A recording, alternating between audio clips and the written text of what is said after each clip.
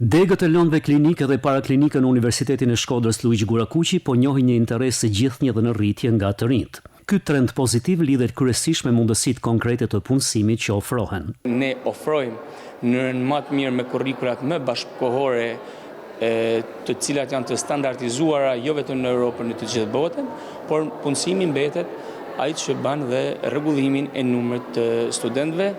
Nëse flasim për 3 vitet e fundit, sipas statistikave të nxjerrë nga Drejtoria e Operatorit të Veriut, të diplomuar në Universitetin e Shkodrës dhe të punësuar në 3 vitet e fundit janë 208 studentë. Ndërkohë vihet re një rënje tendencës për punësim jashtë vendit dhe kjo sipas studentëve lidhet jo vetëm me rritjen e pagave në sektorin e shëndetësisë në Shqipëri, por edhe me dëshirën e tyre për të qenë më pranë familjeve. Kam zgjedhur infermierin e përgjithshme sepse mendoj që është një nga degët më frydhënëse, është një degë që nuk lë kurrë pa punë. Të ardhmen time shoh në vendin tonë, duke qenë se ofron mundësi punësimi. Student infermierisë vit 3. Punësimin unë mendoj për në Shqipëni, do mundohem me gjetë një lloj zgjidhje për me bëj punë në Shqipëri dhe mos mu largu prej vendit. Jam një studente vitet e 3 infermieri mami.